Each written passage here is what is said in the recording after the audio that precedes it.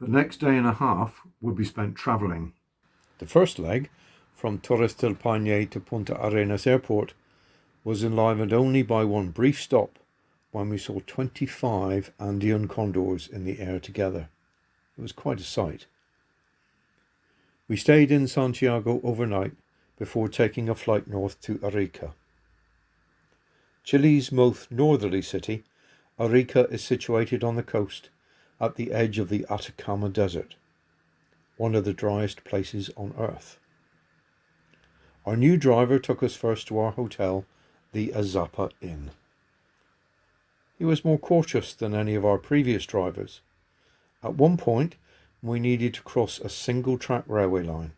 You could see for miles in either direction, but he stopped, looked left, looked right, and then eventually plucked up the courage to very slowly and deliberately cross the track. Having said that, he would later prove to be brilliant on the scary roads up into the high Altiplano. Unlike some other areas of the city, the grounds of the hotel were lush and obviously well watered.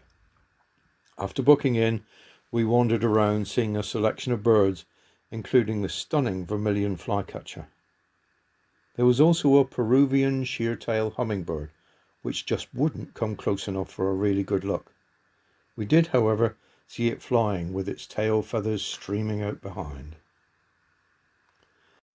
After lunch, we drove south through the desert. It's an amazing sight. Mile after mile of nothing but rocks and sand. Totally lifeless. We crossed a windy plateau and down into a gorge with a very steep drop on one side. There were shrines at spots along the way, presumably in remembrance of some disaster or loss of life.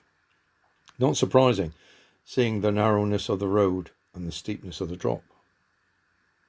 We stopped in the Chaca Valley, where it was still windy and birding was difficult as everything was keeping low and hidden.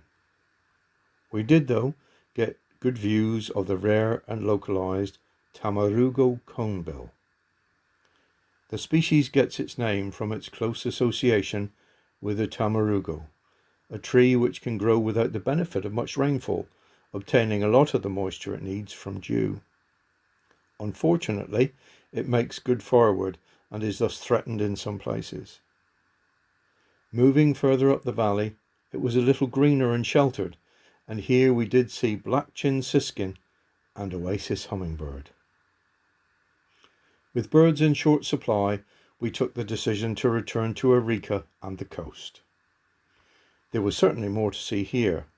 At the docks, the many laid-up fishing boats and jetties were bedecked with cormorants and Peruvian pelicans.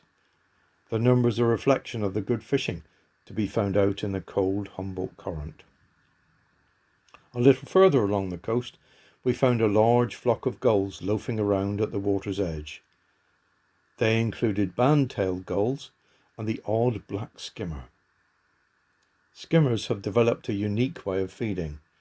They fly low over the water, skimming the surface with the lower mandible of the beak, which is elongated, trailing in the water. When they encounter a small fish, the beak is snapped shut. With the light fading, we returned to the Azapa Inn, only to find it full of noisy students at a party.